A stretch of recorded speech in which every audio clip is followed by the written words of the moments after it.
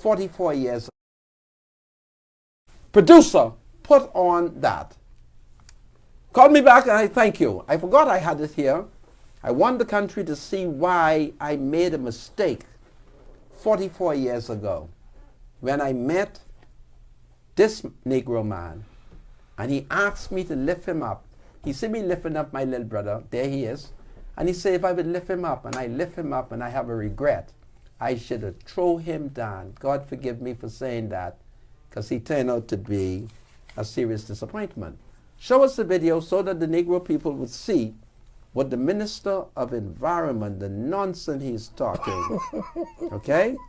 I don't know why Ferreira is doing this. And turn up the voice so the people can hear.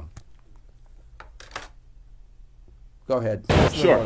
So far, they did extensive aerial reconnaissance along the entire western seaboard of Abaco and of course, Grand Bahama. They saw two areas of interest, but they turned out to be seaweed. They used visuals and infrared technology to do their scopes. On land, we can confirm that 1 goat and 3 birds were impacted by the scope.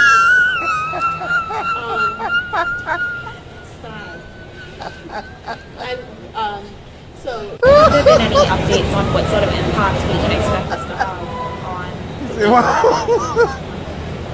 1 goat, Sure. 3 birds? So far, they did extensive aerial reconnaissance along the entire western seaboard of Abaco and of course, Grand Bahama. They saw two areas of interest, but they turned out to be seaweed. They used visuals and infrared technology to do their scopes. On land, we can confirm that 1 goat and 3 birds were impacted by the scope. Okay, move him.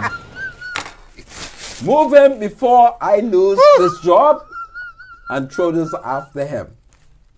Now, did you hear what the minister responsible